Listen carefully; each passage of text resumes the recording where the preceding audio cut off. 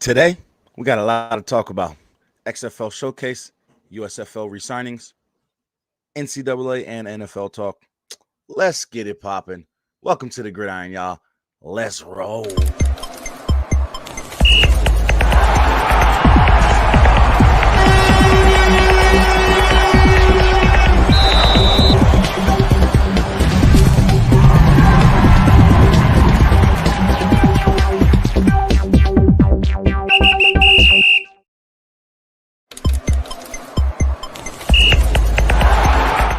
And y'all thought we was going to play that thing again. And now I'm just playing. What's going on, y'all? Welcome into the Gridiron Podcast. I am your host, Jersey the King. And today, like I said, we got a big show for you, man. We got some XFL Showcase news as well as some USFL resignings. And did anybody hear what Daryl Johnston said about the USFL and the XFL? Oh, we're definitely talking about that. We got some fan mail today. Yo, it's going down. So I hope y'all ready. It's your boy. Y'all ready? What's going on, Gabe? Gridiron Nation podcast in the building. Y'all already know what it is. Go check out my boy Gabriel Garcia in the Gridiron Nation podcast over on Spotify as well as YouTube. Make sure you subscribe to his channel. Make sure you follow him on Facebook, Twitter, Instagram, all the socials. You already know what it is. It's the Gridiron Gang. We out here. You know what I'm saying? The Gridiron Gang is out here. You feel me? So, also, I got my new show out for all you Vegas Viper fans called the Fan Gang Nation Show. And it's going pretty good, man. Tuesdays and Thursdays, it will be the day that we do that show for our Vegas Vipers fans of the XFL. So, I got some new shit for y'all too for that show on Tuesday, man. Got a whole new logo. Like, out of nowhere. Thank you to Michael Lathrop. You already know what it is. Also, go check out my man Michael Lathrop of Player 54 podcast. I was recently did an interview with him yesterday, and the episode will actually drop this Monday. So make sure you follow my socials and be on the lookout for the promotion for that. The new episode will be dropping Monday. Gabriel's Gridiron Nation podcast new episode will be dropping tomorrow. So y'all get ready for that as well. Look, there's a lot of things going on in the podcasting world, man. Hey, what's going on here? Yeah, there's a lot of things going on in this podcasting world, especially within the XFL podcasting world and just the alternative spring league podcasting world, the football podcasting world, just in general. We finally got damn near year-round football, and it's something that we've wanted for a long time, and we finally got it.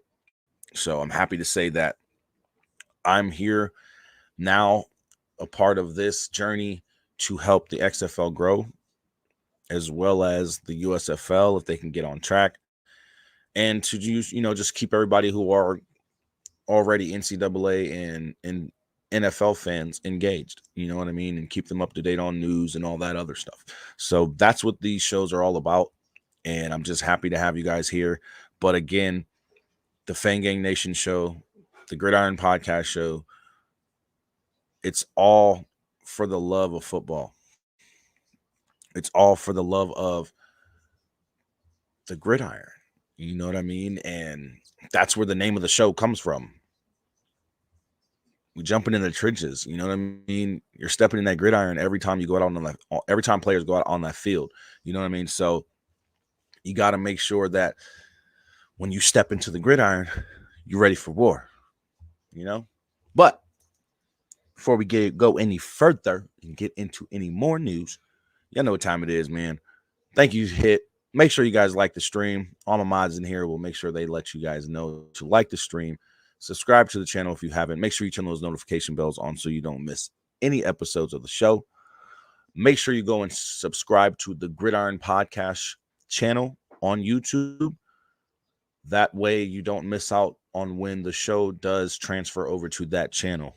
The Gridiron Podcast does have its own channel, and I will be streaming the show live from that channel here soon, probably starting next month. So get ready for that as well. Also, what else? There's a lot going on, man. There's a lot going on. Roll up if you got to, light up if you don't. It's 4:20 somewhere, and it's time to smoke. Let's get high. Let's jump in these trenches. Let's talk some football, y'all. You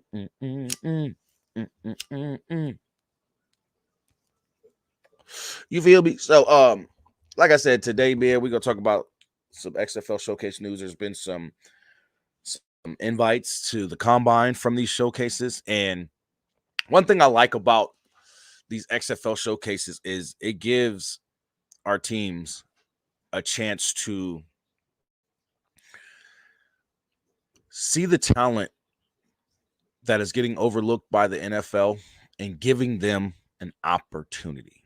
This is the league of opportunity, and we see it with not only the players but the head coaches, the referees, the staff, the production staff. Everybody's getting a chance, and there's a lot of diversity within the XFL when it comes to the higher ups, as far as like the coaches, the coaching staff, the referees. You know what I mean? The production team, the guys that are in the production trucks and things like that. Just the whole nine. You know what I mean? And when you are able to take these opportunities, jump on them, utilize them to your advantage, and succeed, there's no other way to say it, but you just gotta love the XFL for it. You gotta love the direction that the league is going now. And now going into our official second season, I guess you can say second and a half season, or third season, whatever you want to call it, because this is 3.0. I'm calling it officially a real, actual second season. Because, yeah, you could say 2001 was the first official season of the XFL, which is absolutely true. But there was only half a season for 2020. So you can't even count that as a full season. This time we get a full season. And then on top of it, it's damn near 20 years later. It's 19, 20 years later. So we can't really count that. Then you bring back Only Love My Mama in My Bed. No drink.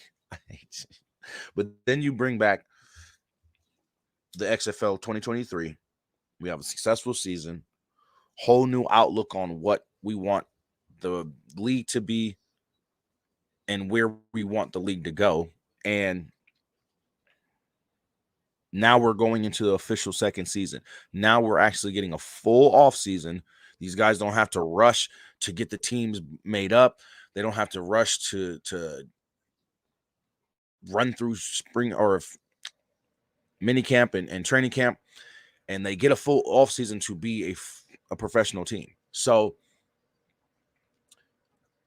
with these showcases, being that the off season is so long, with these showcases, it gives us not only news to talk about for podcasters like myself and others, but it also keeps the enthusiasm, the want for the XFL to return, to come back and the season to start, and just the fans getting hype, and being ready for the next season. Yeah, off season means they need to get their stuff together. Can't lie about that. And I think that's what these showcases are all about as well. Because of the way the spring leagues are set up, they can do multiple drafts.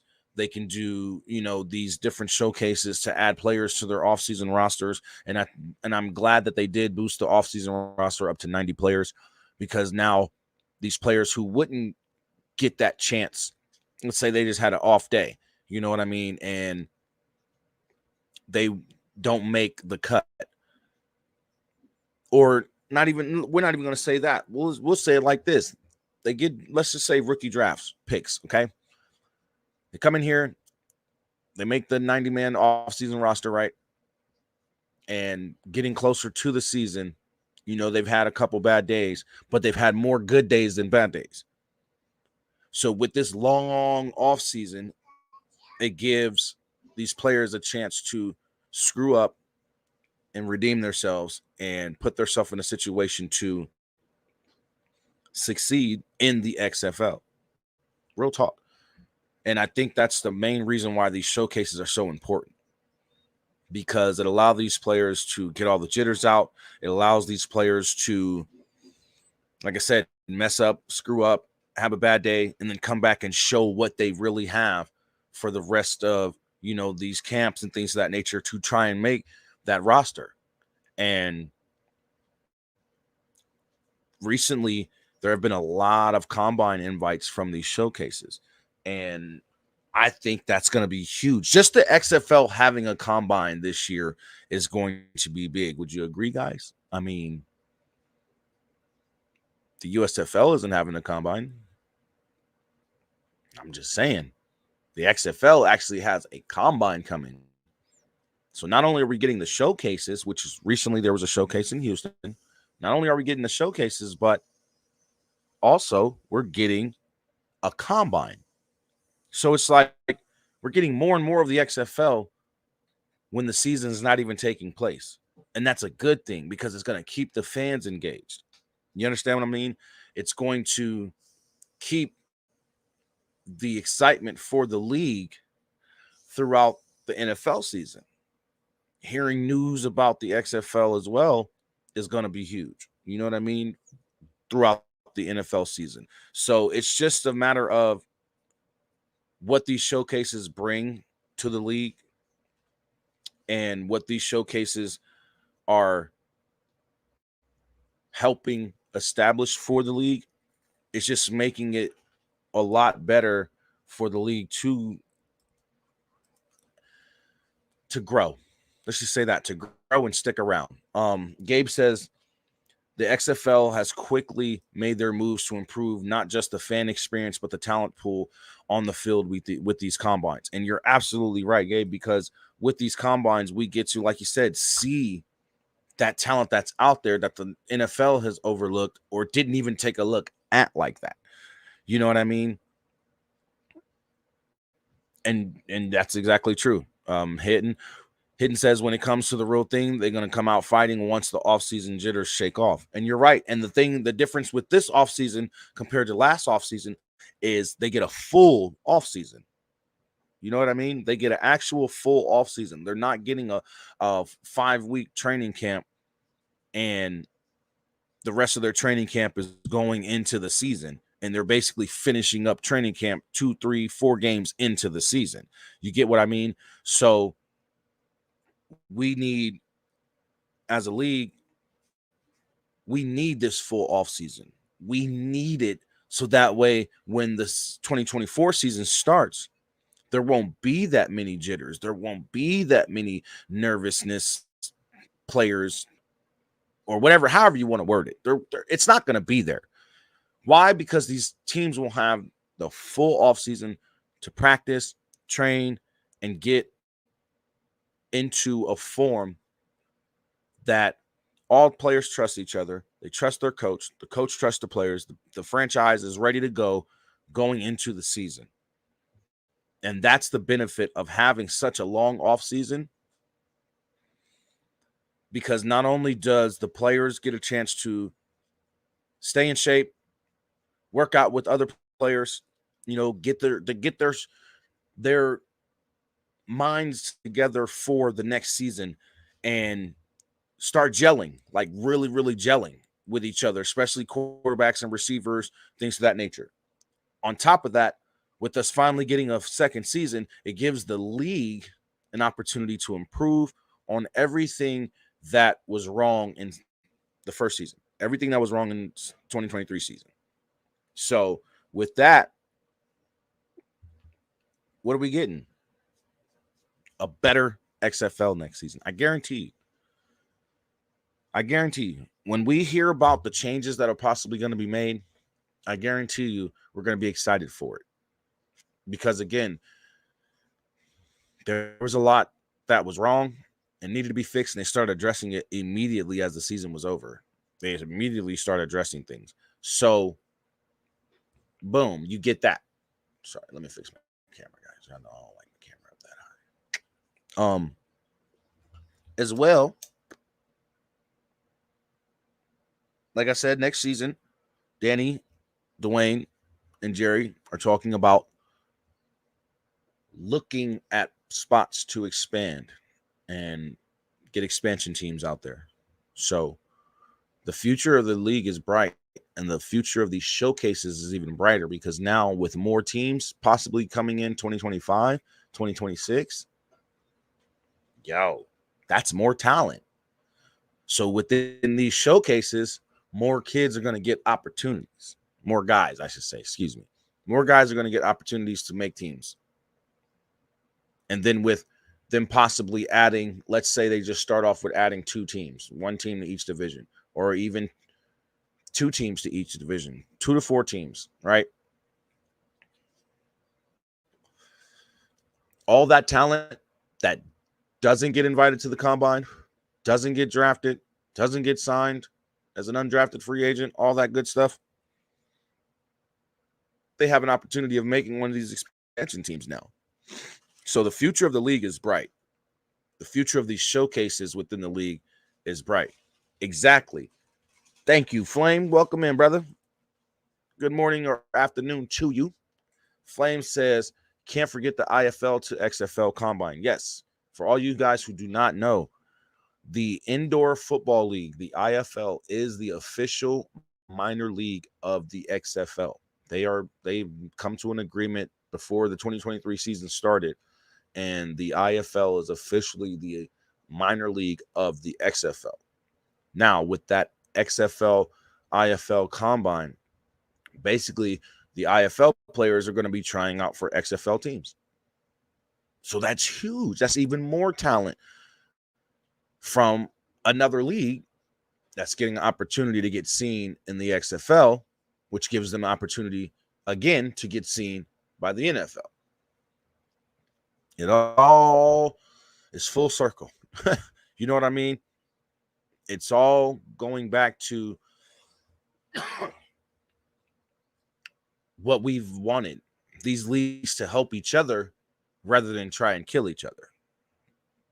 With the NFL actually engaging with the XFL and now working with the XFL and trying to help the XFL grow, it's going to be a lot easier for the IFL XFL agreement to work out to lead into more talent from the IFL, the XFL, and the XFL to make it to the NFL. So it's a huge thing. That agreement with the IFL and the XFL is a huge thing as well, because that combine is going to allow those IFL players to get a chance. They're going to get the opportunity that they want. And that's huge, man. That's really, really huge. And it just makes for us fans to know that we got a lot of talent coming that we don't know about. We got a lot of players that we're going to get to know that we don't know about. Or some of us do. Some of us who do faithfully watch IFL games or other alternative league games, you know what I mean? You might know about some of these players. So seeing some of these players, for those who do know them, it's going to be exciting for you guys, especially making it to the XFL.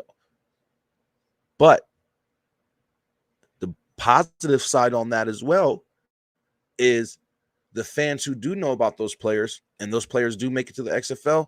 If those fans weren't watching the XFL like that, they will be now. So it's just, like I said, it's full circle. It's just going to bring the fan engagement full circle to where, like I said, if the NFL can just help promote the XFL, watch. The XFL's popularity will grow again.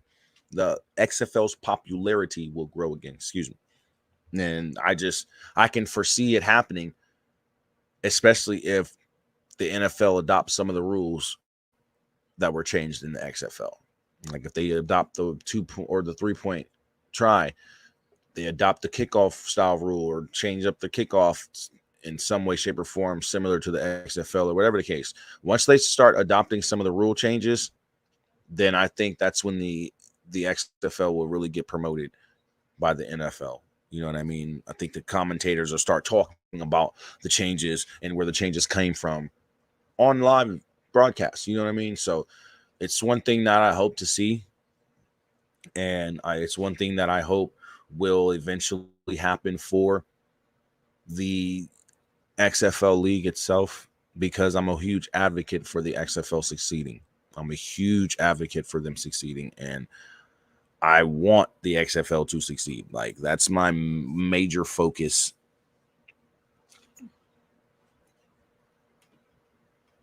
Oh yeah, you're right. You're right.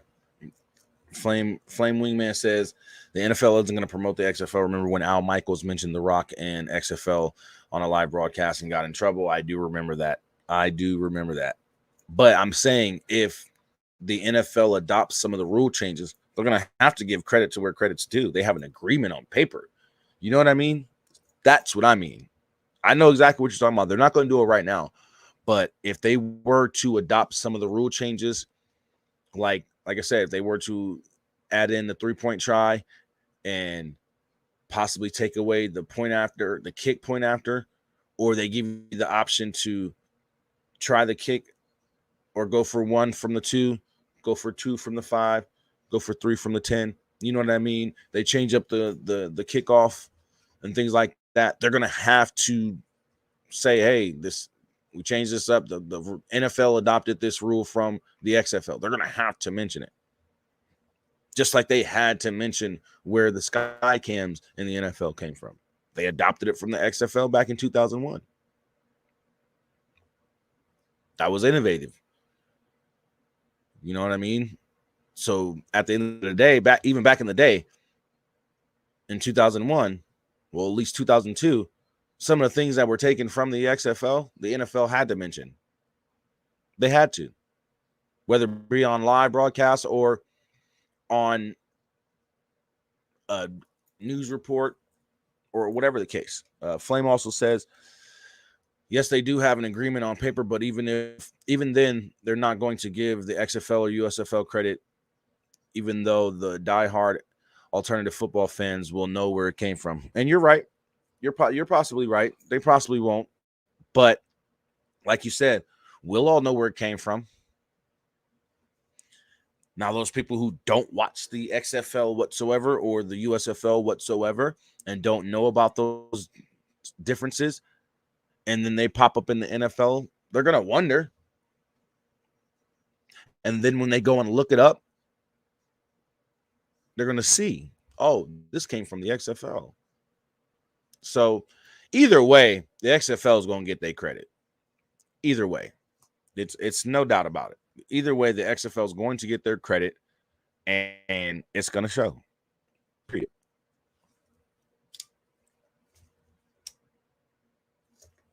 Because there's plenty of people out there who don't watch the XFL, and they're going to wonder where that change comes from. Again, make sure you like the stream. Subscribe if you haven't. Drop a like on that stream. Trying to get them likes up, y'all. Subscribe to the channel if you haven't. Make sure you turn that notification bell on to all so you don't miss any episode of the podcast, any episode of the Fang Gang Nation show for all my Vegas Viper fans out there. They're going to get the Arby's credit because they got the beef. But, hey, when you are an originator, you can only be emulated, never duplicated.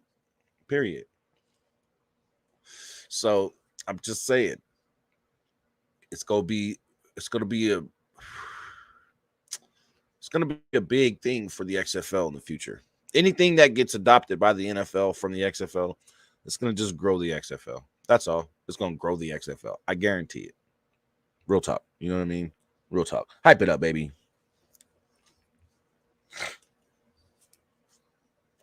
But no, honestly, what do y'all think? Y'all think these showcases are going to help the XFL stay around for a long time, bring in talent that we would otherwise not know about?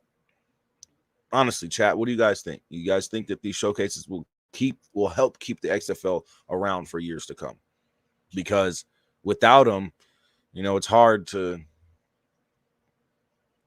I don't know. It's like without the showcases, it's hard to see how the league can grow. You know what I mean? So, what do you guys think? You guys agree that the showcases are needed and they need to stick around to help not only the league grow, but, expansion teams when that comes into play? What do you guys think? Flame says, I know one of the college divisions used the XFL kickoff. I forgot which one. I think it was D3.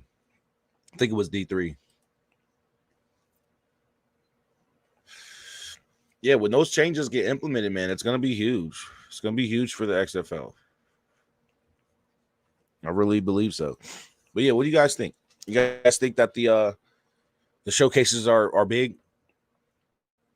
Showcases are a major piece to keeping the XFL growing. For those that watch this video or watch this episode after we're no longer live, let me know in the comments.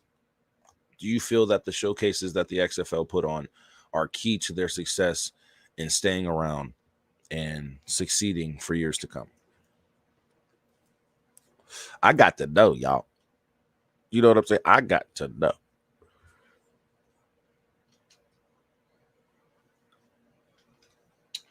And I want to thank you to all my recent new subscribers. Man, you guys are awesome. You got me up to 191 subscribers and growing. We are almost at 500, y'all. We are almost at 500. My man Flame says, definitely I can agree the showcases are helping those under the radar players. Most definitely. Most definitely.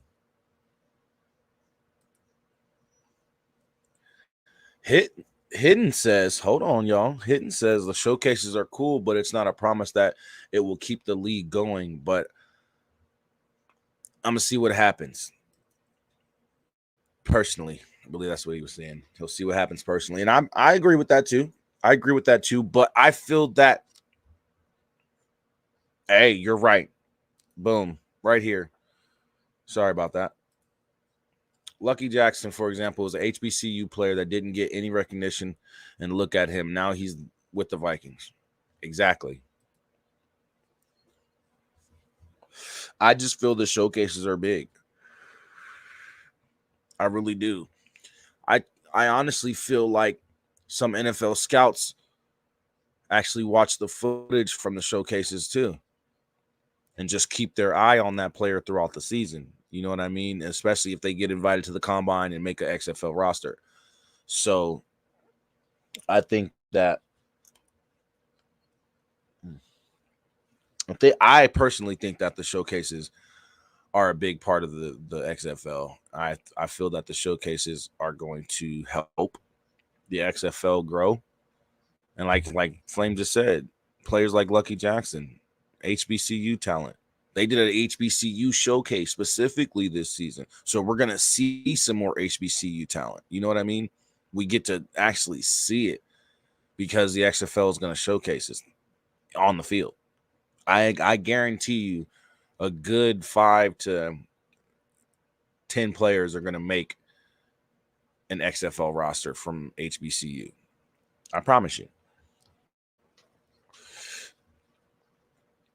And I feel that with that, sorry, y'all, we'll get to see the talent that the NFL skips out on. Flame says they do. The players get to keep their analyst tape from the showcase.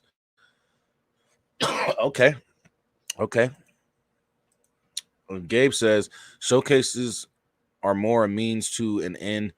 In my opinion, another great tool they're using to keep the league going and improve it overall. Exactly.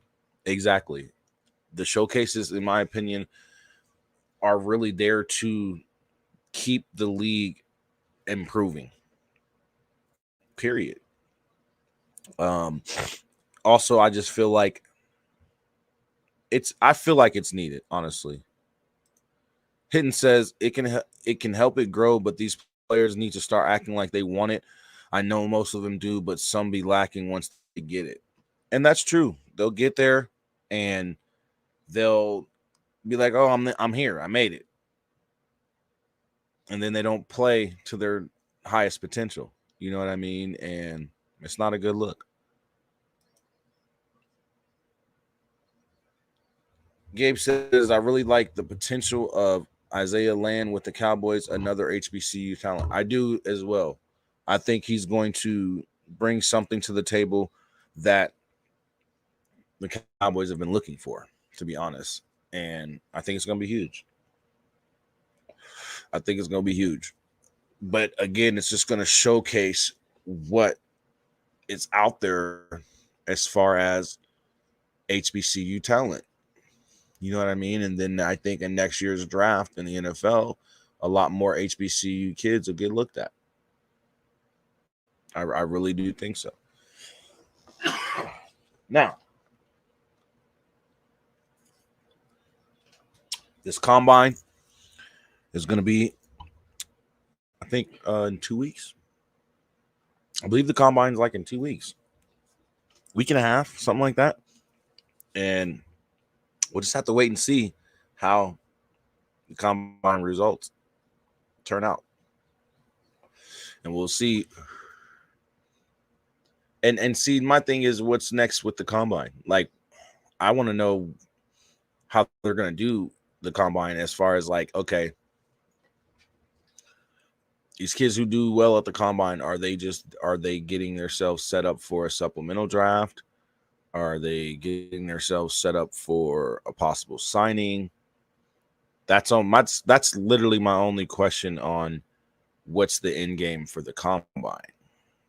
Like, is the combine going to be setting up another draft, or is it going to be setting up another signing window type of deal? I mean, that's the only thing about the combine that I'm confused on, is what is the actual end game of the actual combine for the XFL? What is the purpose of the combine? Is it to have another draft, or is it going to be for these showcase players who got invited to the combine? Is it going to be that for them to get signed to a team or get put into another draft pool? That's the big question that I have, because I still don't really know. But I'm excited. It's the XFL. We get a season 2. That's all I've been wanting. And my man, Flame Man Wing, or Flame Wingman. I gotta make sure I say your name right, bro. He says, based off the interview from an executive from the Markcast, the full draft is going to be in October with a supplemental draft in either December or January. And I heard that too. That the supplemental draft is going to be in January, right before the season. And they're going to have another draft before that in October. Now, I hope that this draft that's going to be held in October is going to be televised and set up like similar to the NFL draft. I mean, there's no other way to do it. So we're not even going to say similar to the NFL draft. We're just going to say similar to any other draft. So I just hope that they do it like that. Why not? Have the coaches there in the room going over who they want to pick. And that would be awesome. That would be so awesome if they can get a whole place to do the draft at. You know what I mean? And have Danny, Dwayne, and Jerry come out, make the different picks. You know, have certain people come out and make the different picks, whatever the case. Or have Danny just come out and announce all the picks and shake their hands, take a picture of them with their jersey, all that. Like, they should do. They could do it. We all know that the XFL could hold an actual draft to where we get to meet these players, hear the commentators talk about them, the whole nine. That's what I want. Like, honestly, that's what I'm looking for when it comes to the supplemental draft and the full draft. So best bet is these guys are getting draft pool invites, and they may just stream it like they did last year at the UFC building. Boom. Just like that. They could stream it, and I think they're going to have to try and stream it. And I think how many of you guys have heard about, let's ask this real quick. How many guys have heard about Disney possibly selling their stake in ESPN? How do you guys feel about that? And do you think it's going to affect the XFL and the broadcast contract? Because if Disney sells their stake in ESPN, that can mean some changes for the XFL and ESPN. See, I don't want them to video call. I don't want them to video call. Flame, I don't want them to do that. I want them to set it up like an actual draft. And if these players decide to fly out there. Oh, really? Oh, really, Gabe? Gabe said he actually read that Disney is looking to make ESPN a standalone streaming service. If that happens, we know. If that happens, that actually could be big for the XFL. That actually could be big for the XFL, guys. If that happens, honestly. Because look at it this way.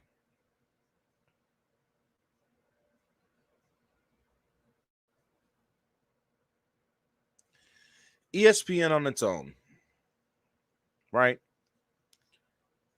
If they're no longer with Disney like that, they can make more decisions on their own. Say, hey, we want to make your contract, XFL, we might make your broadcasting contract even better. You know what I mean? Primetime games. Primetime slots for games. You know what I'm saying? Like how they tried to do Thursday night football, Monday night football, you know what I mean, and Sunday night football throughout the XFL season last year. And it was pretty good. I feel it was pretty good. I don't think Seattle's the best team to have a home game that late for a night game. I don't think Seattle's the best team. Flame says, I understand that you want the players to fly out there, but it's a difference between XFL and NFL since the players that are in the XFL draft pool can be first-round picks compared to the NFL, where they already got players classified as first-rounders. True. But Flame, check this out. That's what this combine is all about, right?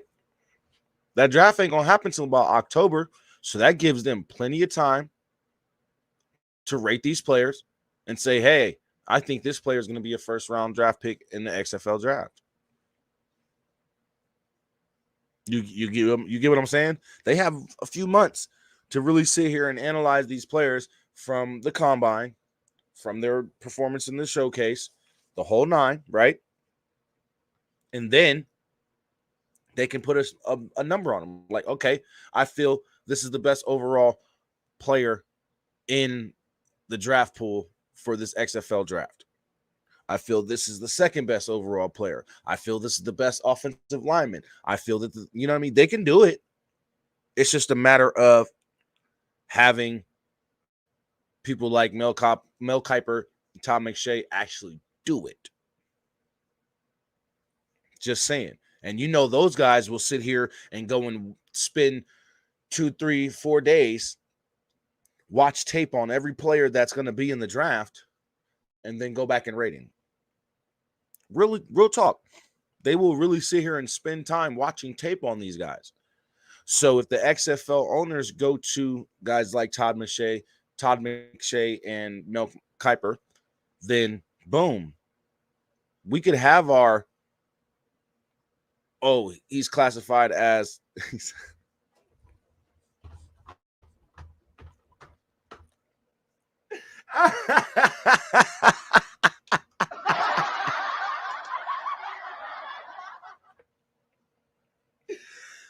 bro, Mel Kiper Jr. Thank you. I didn't want to say it, but yep.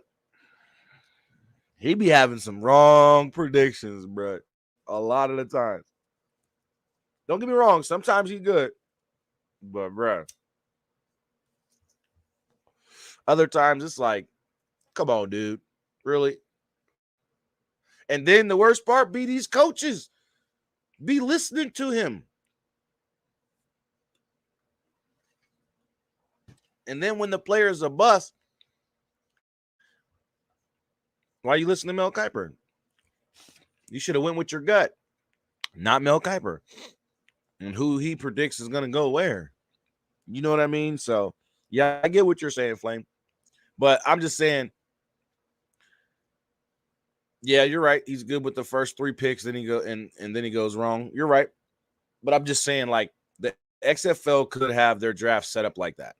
They could literally have their draft set up like that. They could literally have some commentators sit here and talk about the players and talk about where they went and if it was a good grade for the team, the whole nine. They could do all of that, y'all.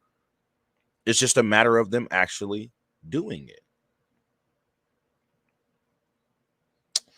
Hit, you're out of pocket. You are. But real talk,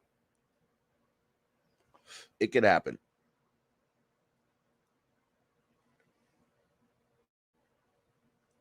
Sorry, y'all. My blunt falling apart. But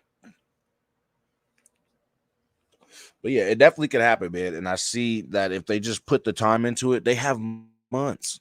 They have months before October. They have months before the supplemental draft time. You know what I mean?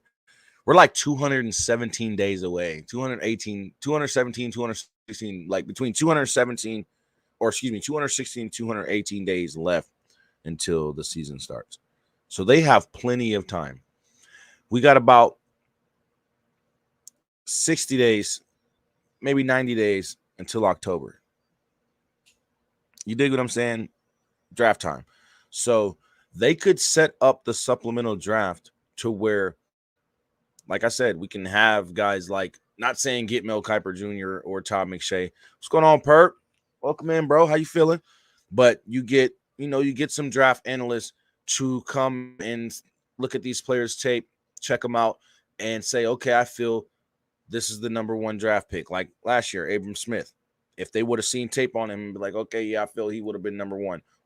Or he would have been top 5. And then for him to go number one would have been a surprise. You know what I mean? Something like that. But I just feel like if they just take the time to legitly set up a draft for the supplemental draft with them doing this combine, and they set up the draft for the supplemental draft in October, they take the time to have draft analysts come and scout these players. Yeah, scout these players by watching their tape and all the other good stuff and checking them out and then rating them, put them in a draft order. It's simple, man. Hell, we could do it. Podcasters that are covering the XFL and these players could do it. It's simple. It really is, man. It's like literally not that hard. It's very, very simple. You know what I'm saying? And I just feel like they need to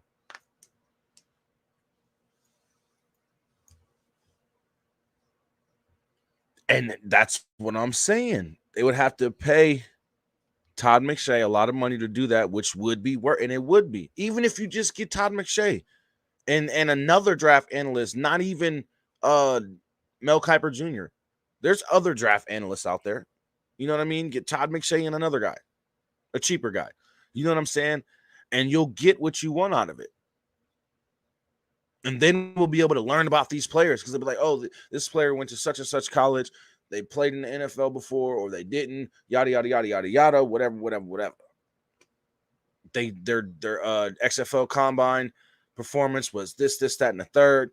They ran a 4.3 at the combine and blah, blah, blah, blah, blah. Like, they could do it. It's not hard, bro. They could do it. They're gonna have all the stats they need on these players.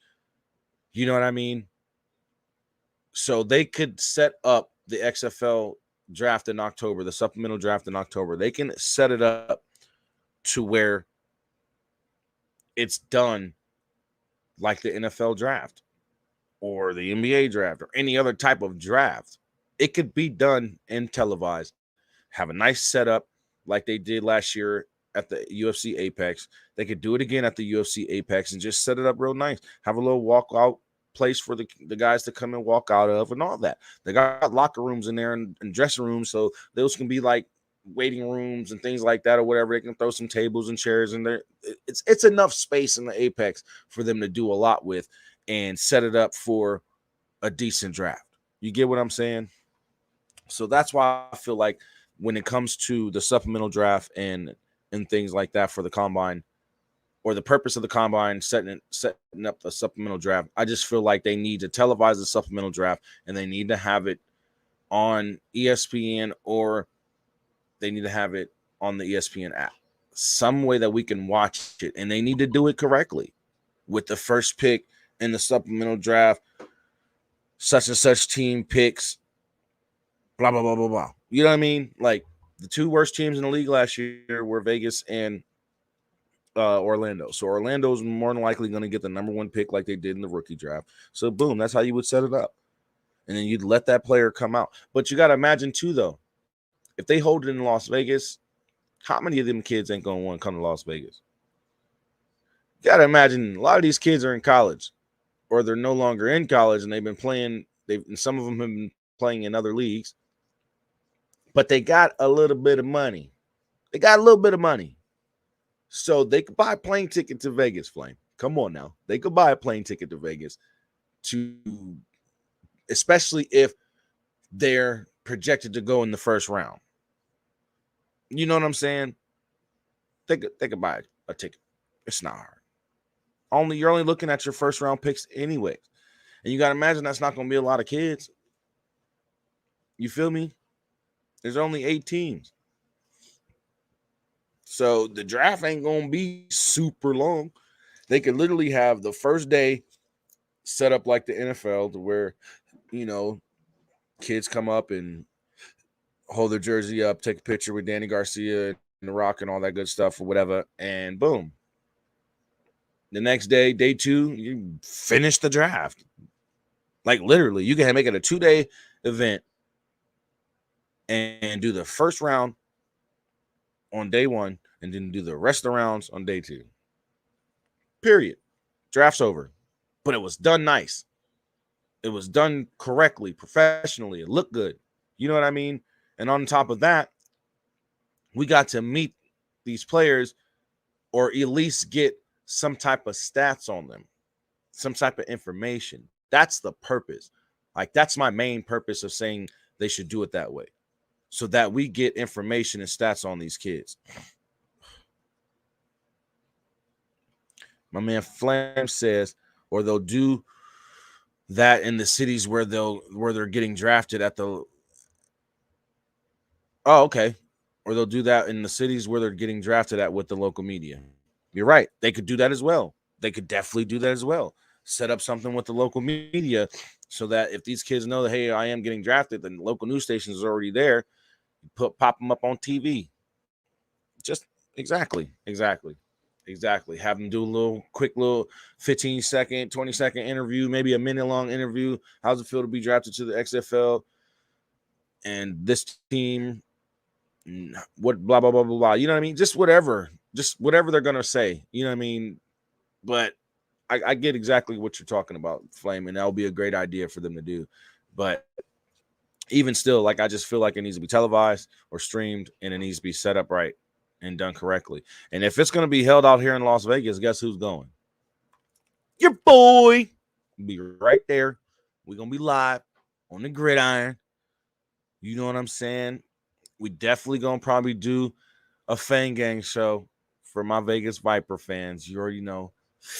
Fang Gang all day, baby. We out here. No, but if they're going to have the draft, the supplemental draft held out here in Las Vegas, I will go and attend that if I'm able to. I will get up in the Apex. Real talk. I will get my ass up in the Apex. You feel what I'm saying? And I will be covering the XFL draft for sure. My man Flame says, thing is, if you're going to do that, the league has got to re-sign them, because going through all that for the player to be one and done in the league and then goes to the NFL will affect the fan service. And you're right. And like I said, there are some players who aren't going to get that call up after the season's over. You feel what I'm saying? They're going to be there at least 2 years. You got to imagine a lot of players are coming back to the XFL next season. A lot of players. And then those players who signed with the NFL, if they don't make the cut by the time the regular season starts, some of those players may be coming back to the XFL. So it's not a for sure thing that these players are going to go on to the NFL after their first season in the XFL. So at the end of the day, they could still do it. And hey, if that player does have a hell of a season and goes on to the NFL, great. That's what this league is all about. Us fans, we know that. We know that they're going to be players that move on. But we also know that there's going to be players who don't want to move on. There's going to be players that we fall in love with that want to be stars in the XFL. Trust me. Look at AJ McCarron. He chose to come back. He chose to take that big-ass pay cut from being a backup on an NFL team to being a starter in the XFL and playing in front of his sons. So guess who we get to keep in the XFL for some years? AJ McCarron. He's already said it. So that's my thing. Like, everybody's like, oh, well, Jordan Ta'amu's signing with the Vikings. No, he hasn't. Jordan Ta'amu worked out with the Vikings. He has not signed anything yet. So more than likely, he's coming back. Luis Perez already said he's coming back. So Brandon Silvers and Cole McDonald, they're coming back. Quentin Dormady, he's coming back. Jalen McClendon, he's coming back. That's a ton of quarterbacks just alone that are coming back for next season.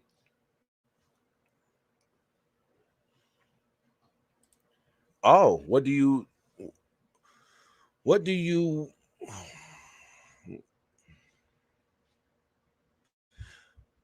think, or who do I think, what team do I think Bobby Wagner will sign with after the NFL season is over?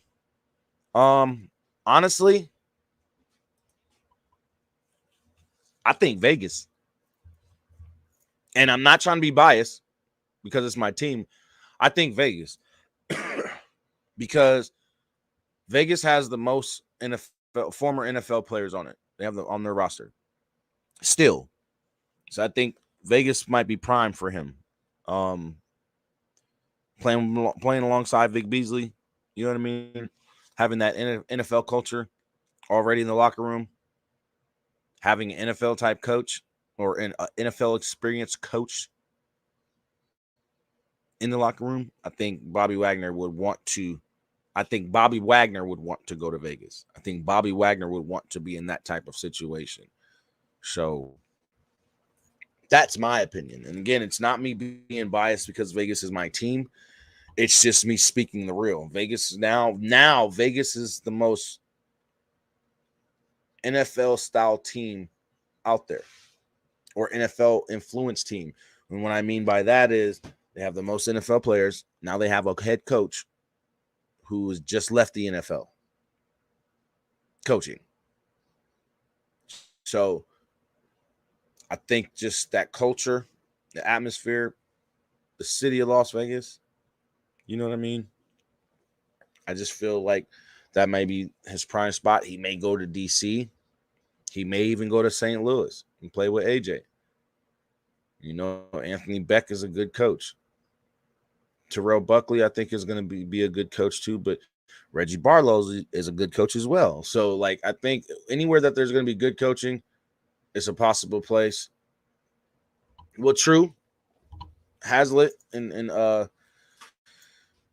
Seattle, if he's there next year. Or, I mean, no, that's June Jones. You're right.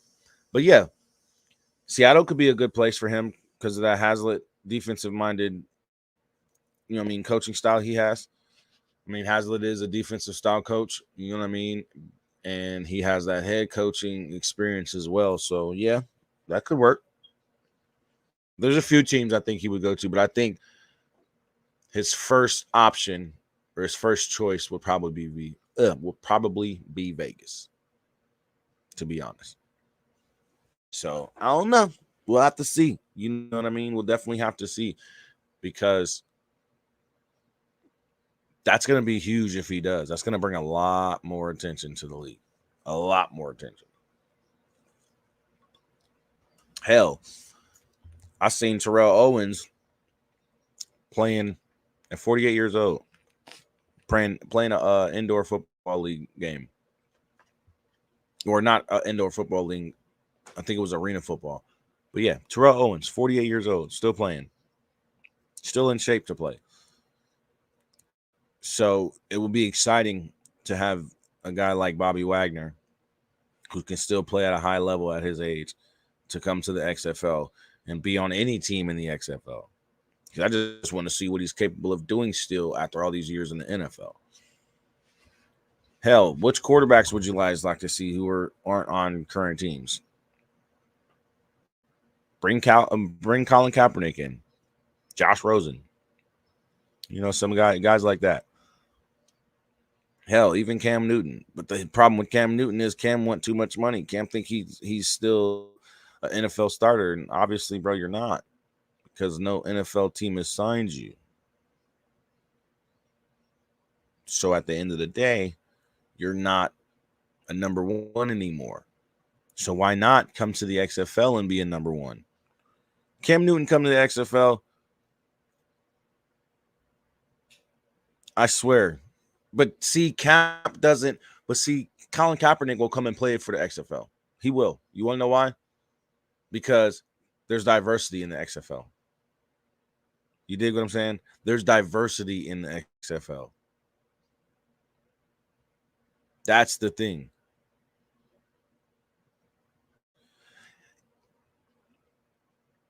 True. But I think now, 3-4 years later, he's still sitting there with no job in the NFL, no job in the AFL, Arena Football League, no job in the CFL, no job in the USFL, no job in the XFL, no job in the IFL, no job in any football league, period. And he wants to still play? Oh, I think he's going to lower that price and say, I'll take what I can fucking get. If Colin Kaepernick wants to continue to play football, he better swallow his damn pride and bring his ass to the XFL and take that pay cut. Period. Because once the XFL grows, oh, you don't think players are going to get paid more? Come on, dude. You don't think players are going to get paid more? But don't wait till then, Colin, because you're going to be old. Don't wait till then, Mr. Kaepernick, because you're going to be way too old. So if you want to continue to play some football, you better bring your ass to the XFL now. Why not? Why not? Just saying, you're going to be old as hell. Like my man Flame said, if Cap really wanted to play when teams or leagues were willing to give him an opportunity, he doesn't really want to play. Those people talking in his ear are screwing him up. And you're right. You're right. You're absolutely right. He's had an opportunity to get back on an NFL team. He's had an opportunity to get back to playing football, period, by coming to the XFL back in 2020, and he chose not to. And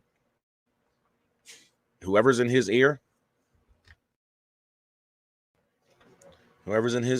needs to get out of his ear.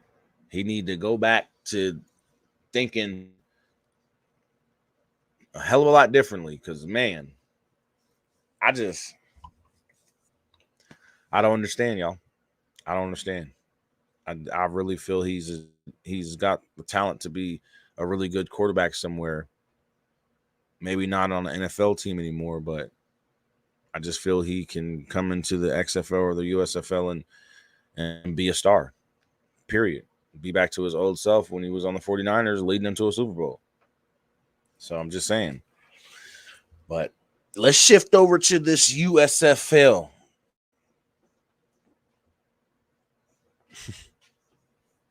He better do it for half a quarter, a dime of what you've been paid, but you can still play. Yeah, right. It could be 5,000-7,000 grand. Play. At least you get to play football. I mean, you getting paid that possibly every game? Take that. And once there's stars in the league that have been around since season 1 or since 3.0, basically 2023 season and on, yeah, they're going to reap all the benefits of it. Watch what I tell you. The players that stick around and stay in the XFL for years to come, they're going to reap the benefits of the success of the XFL. I promise you that. I promise you that. But now let's shift over to the USFL, because there were a few re-signings this year. Let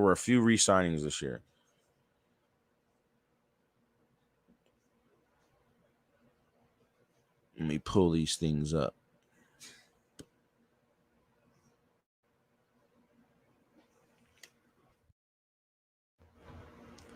Now, recently, I don't know where I put the pictures. Boom. The USFL's New Jersey Generals have recently re-signed Darius Victor for next season. They re-signed wide receiver Alonzo Moore. They re-signed tight end Braden Bowman. They re-signed linebacker Chris Orr, and they re-signed safety Paris Ford. That's huge for my Generals, because they didn't have the greatest season. I think they had the same record as the Vegas Vipers, like 2-8. And whew, that's a huge turnaround from last season. See, last season, if y'all remember, for those of you who do watch the USFL, last season, the USFL New Jersey Generals came into the league and went crazy. 9-1 record, made it all the way to the championship game, ended up losing, made it all the way to the North Division championship game, ended up losing to Philly. They were one win away from playing in the championship game last year. Flame says the USFL re-signings were not surprising. Why give up a guaranteed roster spot where you are already established? Exactly. I couldn't agree more. But what about MBT being released by the New Orleans Breakers? Gabe, how do you feel about that, man? I definitely wanted to get into this with you, Gabe. How do you Flame, you, Gabe, how do y'all feel about McLeod Bethel-Thompson being released from the New Orleans Breakers? And where do you think he'll end up? For those of you who watch this after we're live, I want to know in the comments, how do you guys feel about McLeod Bethel-Thompson being released by the New Orleans Breakers? And where do you think he'll end up? You think he'll end up back in the CFL?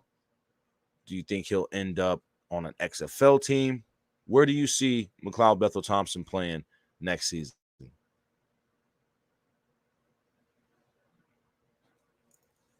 Because I think that's big.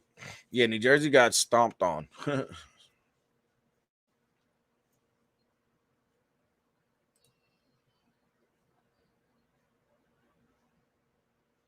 Instead of Quill Glass season for the Breakers next year, because MBT is either going back to the CFL or retiring. Oh, you think he's going to retire? You don't think he'll take a chance in the XFL? I mean, Seattle needs a quarterback. I'm just saying. Seattle definitely needs a quarterback. But you think he'll retire, Flame? If he don't go back to the CFL? You don't think he'll at least attempt to get signed in the XFL? Because McLeod Bethel-Thompson can still play. He can still play. He showed it this season in the USFL. They started the season off 4-0, and then I don't know what happened. Honestly, I don't. For them to start the season 4-0, on top of that, beat Birmingham, and then not even make it to the playoffs, I was disappointed. I was very disappointed. But no, honestly, You think he's gonna retire? Retirement? Not MBT. Not after the season he had. I don't think he's gonna retire, bro. You think Alex Magoo's gonna come back? I want to know, y'all. But you really think MBT's gonna retire? You think McLeod Bethel Thompson's gonna retire for real? I mean, the season didn't turn out the best for them. True. But he did play pretty good throughout the entire season. I know he had some turnovers that were costly in a few games. But for the most part, he played pretty decent.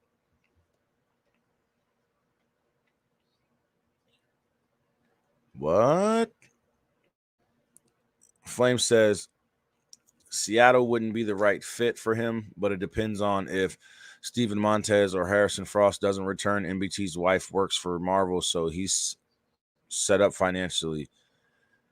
He's an average QB at best.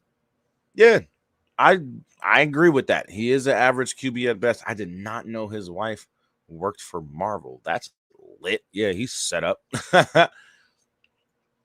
Yeah, he's definitely set up. He said Magoo I can see coming back since the pay has went up for QBs as well for season 3. Yeah, I noticed that too. I was just gonna say something about that. Next season in the USFL, the pay is going up for the players at the QB position.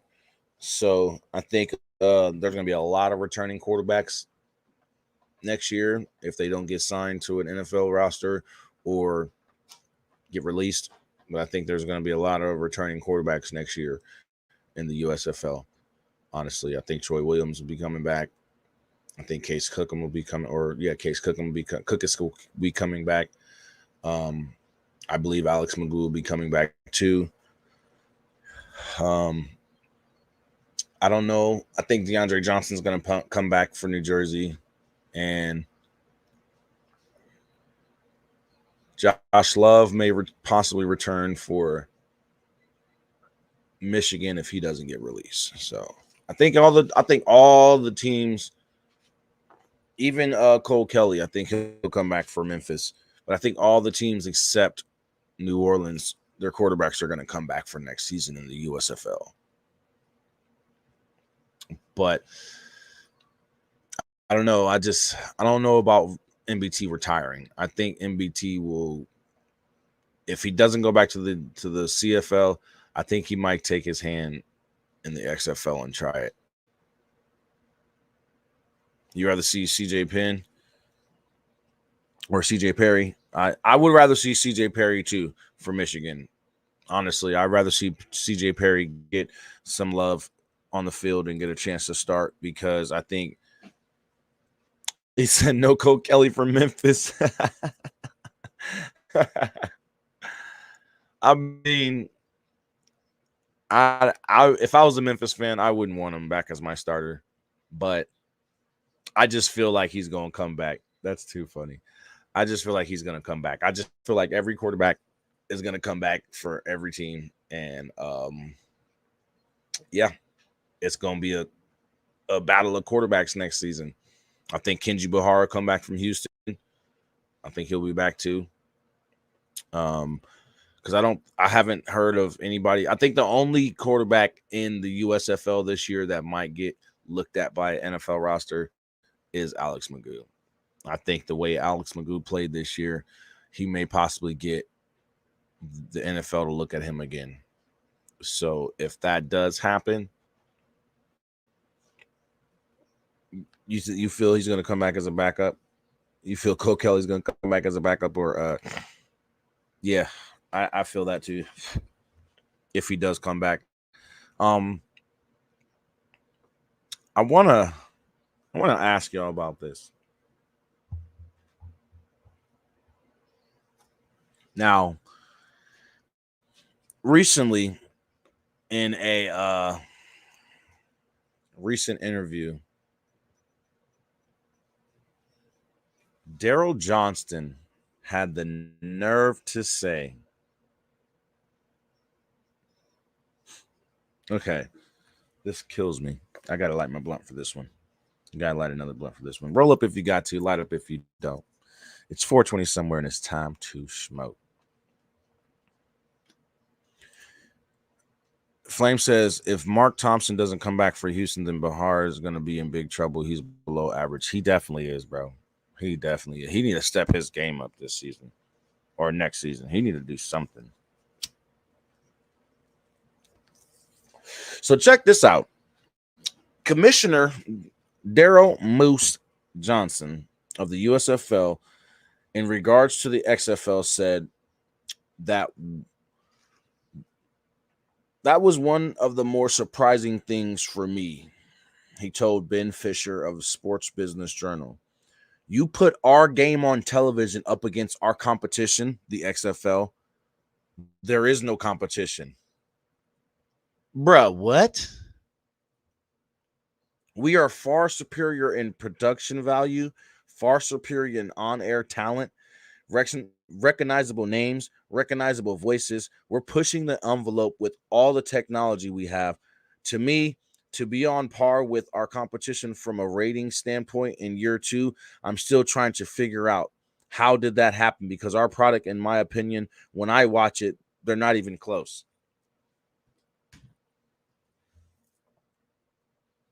Dude, what? The only thing that the USFL's product was better on was the actual presentation on television. That was it, because they basically used all their Fox Sports shit for their USFL broadcast. That's it. That is it. Other than that, you're telling me that your commentators were better than the XFL? What? Bro. Come on now. Stop it. Stop it. I watched that.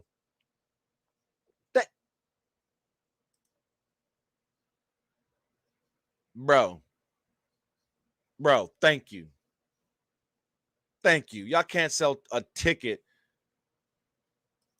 but your product's better. Even your games weren't better than the XFL games. Your talent on the field wasn't better than the talent in the XFL. What do you mean, Daryl Johnson? What are you talking about? How is your product at all better than the XFL, aside from the broadcast presentation standpoint? Your commentators, I don't want to, bruh. I'm not trying to hear the same guys I hear in the NFL. That's the difference, bro. We don't want to hear the same recognizable voices. I want to hear new people. I want to hear new people get an opportunity. So no, even when it comes to your broadcast team, it's not better. It's not at all. And it baffles me that he thinks that the ratings for the USFL should have been higher than the XFL. Dude, you're trying to compete with us and you can't. I'm XFL all day. Don't get me wrong, bruh. I watch the USFL, support the USFL. I have a favorite team, the New Jersey Generals, for the USFL. But to sit here and say that the USFL product as a whole is better than the XFL and there's no competition, Daryl Johnson, what are you smoking? Moose, what are you smoking? You are a former Dallas Cowboy. Right now, I'm ashamed to even say that because of those comments that you made. The only thing that looked really, really good when it came to watching a USFL game was the presentation, whether it was on NBC or Fox. Period. Everything else, no. Your commentators are bland. They sound like it's like we're watching an NFL game over again. But a boring one. We had a freaking commentator for a St. Louis Battlehawks game. He scored a touchdown. He's like, caw, caw. That's the funniest crap I ever heard in my life. He did it on national TV. Like, dude, stop playing. Your commentators aren't that exciting. Your broadcast isn't exciting. The presentation looks really good. Cool. But other than that, I'm sorry. Other than that, I'm sorry. I'm so sorry. Like, no. No. I just, bruh. Come on, dude. Come on, dude. I can't agree with that statement. And it's just blasphemy. It's blasphemy. For that to come out of his mouth, that's just pure blasphemy. Pure blasphemy. I don't know what to say.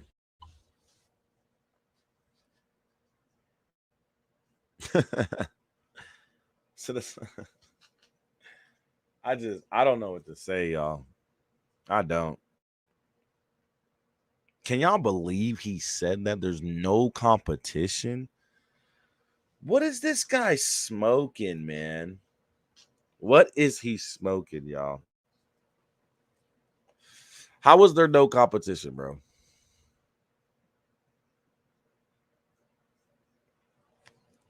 Just don't get it. I just don't get it at all. At all. But that's how he feels. Of course, he's going to talk highly about his product, but to disrespect the XFL, I don't agree with it. And it just makes me lose even more interest in the USFL, to be honest, because you're competing when you don't need to. Like, honestly, the USFL could literally start their season a week after the XFL and get all the attention and still not run into the NFL or the NCAA season at all. They probably did. Let's be real. They probably did. And if that's the truth, then hey, we can't do nothing about it. You know what I mean?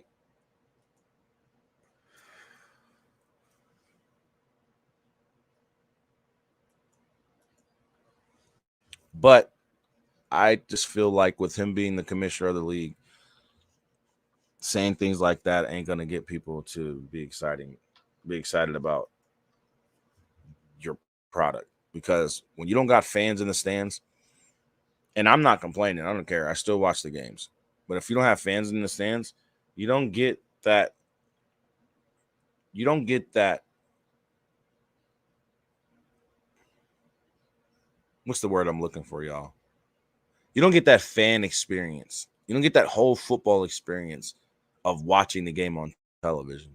And that's my issue with the USFL. That's it. But for Daryl Johnson to say those comments, it's just mind-boggling. It really, really is. It's mind-boggling, man, because the XFL is way better than the USFL. The only thing is the TV presentation. That's it. It's the TV presentation, and that's it. Straight up. Nothing else.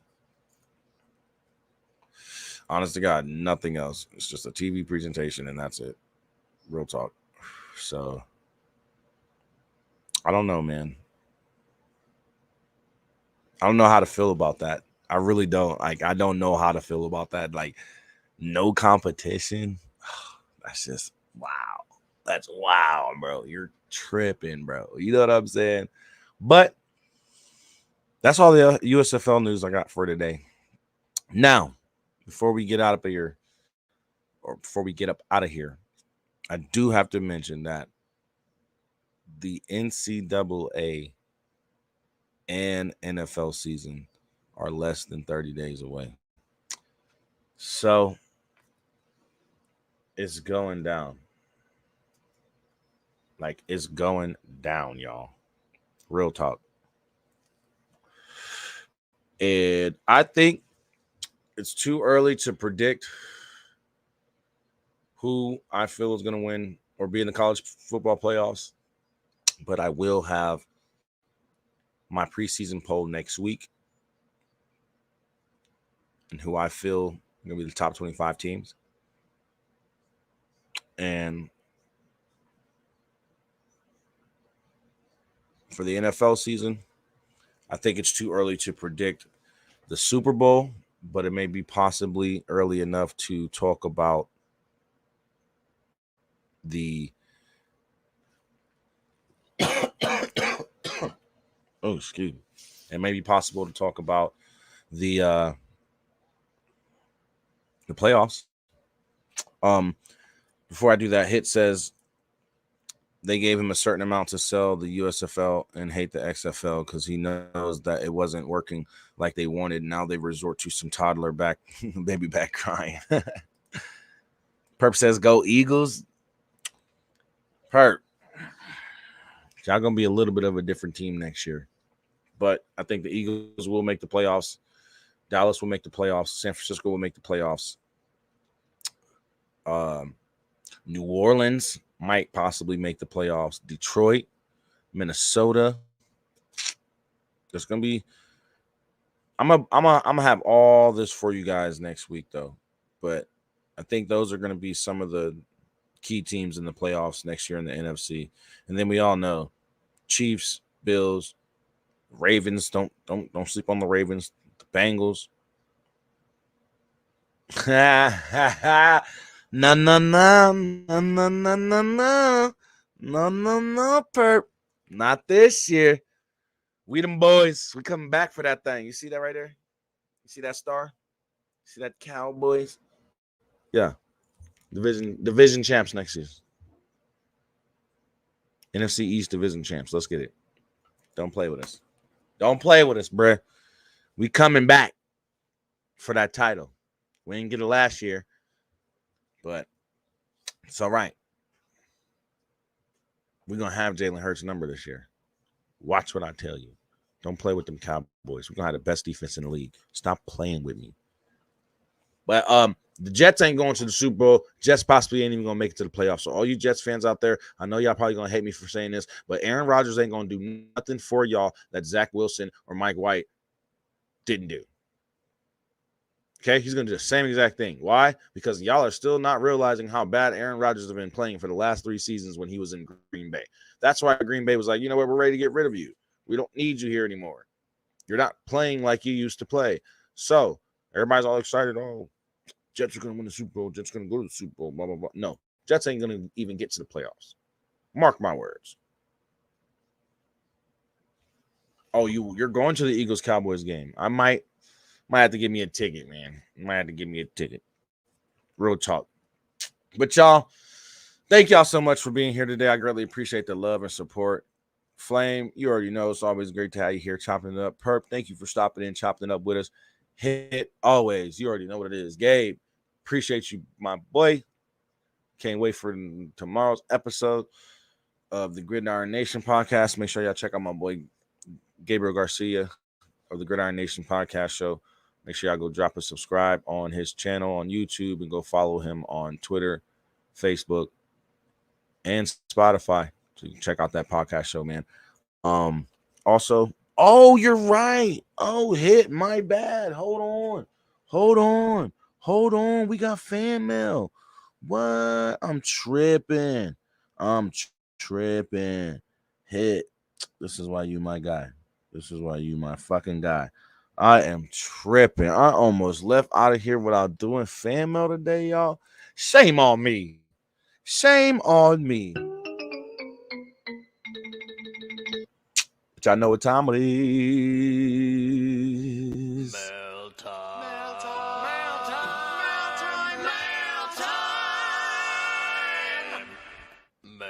time. Yeah, I like that shit. All right. Mail time comes in, or fan mail comes in from a boy Hit. Hit says, first question says, do you think each league season should be back-to-back or at least 1 or 2 months apart from another. I feel back-to-back's great. We all want year-round football, especially football lovers. We all want year-round football. Like, there's no question in my mind. There's no doubt in my mind that we all want year-round football. So having the XFL season start right after the NFL season, literally a week after the NFL season ends, like the Super Bowl game, then XFL season starts. I feel that the USFL should switch it up and they should start a week after the XFL season starts. That way we literally get year-round football. Because by the time the NFL and the NCAA seasons are over, boom, we can get the XFL, then get the USFL, and then boom, back to the NCAA and NFL, and then so on and so forth. So definitely back-to-back would be a hell of a lot better, in my opinion. Question 2. Do you also believe that winning championships or MVPs make certain players or teams put less effort or more effort into games? It depends. To me, honestly, it depends. From what I've seen, a lot more teams go into the next season having something to prove. The team that won, a lot more teams go into the next season having something to prove. Now, you might get some individual players who just think that they're the greatest motherfucker on the world now, or the greatest motherfucker in the world now at their position, and this, that, and the third. Oh, I'm the best, I'm the best, I'm the best. And they get a little big-headed. But as a team in a whole, majority of the time, these teams are going to come back playing like they didn't win last year. Like, we got to get back. We got to win. So to really answer your question, it really depends on the player when it comes to putting in less effort the next season. But for the most part, these teams as a whole, they're going into the next season with the mind frame of, we didn't win last year. We got to go out and win this year. Or they have that mind frame of, we got a target on our back because we're the defending champion. We got to go out there and prove that last year wasn't just some type of fluke. So that's how that goes. But like I said, there will be, they will sometimes have individual players who were just big-headed all of a sudden after winning a championship or MVP, and they just don't put in that same amount of effort. Or sometimes it could be their age, bro. Real talk, just them getting older, slowing down. You know what I mean? And it's not that they're not putting as much effort into it. It's that they can't put as much effort as they used to. It's not like they're not willing to. Some players are just getting older, and they're still out there playing for the love of the game. Question 3. As far as pushing the leagues like the USFL and the XFL, do you think they should push the teams or just certain players that show the effort? They need to push the teams. They need to push the teams and the league. They need to push the teams individually, and they need to push the leagues individually. And then on top of that, I feel that they need to also it just, okay, let me say it like this. If once they get to a place where all the teams are playing in their respective cities, like the XFL, once the USFL gets to that point too, and all the teams are playing in their respective cities, once they get to a point where the players and coaches are living in the respective cities as well, then they should really start focusing on certain players as well. You know what I mean? Star players and things like that from the team, and fan engagement and player engagement like that. You know what I mean? So it's going to take some time to get to a certain point to advertise. Yeah. It's going to take some time to really get to that point to be able to advertise the way we really want. You know what I mean? Now, last question. If you had to pick to get rid of one, which would you pick to sell the league merchandise and or media? I'd get rid of the USFL. I'd keep the XFL. Period. Everything about the XFL is better than the USFL. From the uniforms to the merchandise to the games to the experience, the whole nine. So I would want to get rid of the USFL and their media presence and all that, and keep the XFL around. To be honest, that's just my opinion, man. This is how I feel. To answer your question, but thank you, my boy Hit. He's always coming with the fan mail because it is.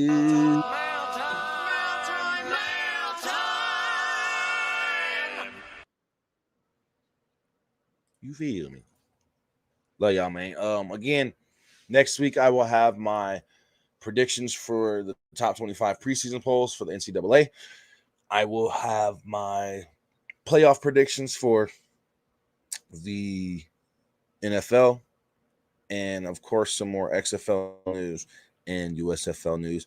Also, every Tuesday and Thursday now you can check out the Fang Gang Nation podcast show.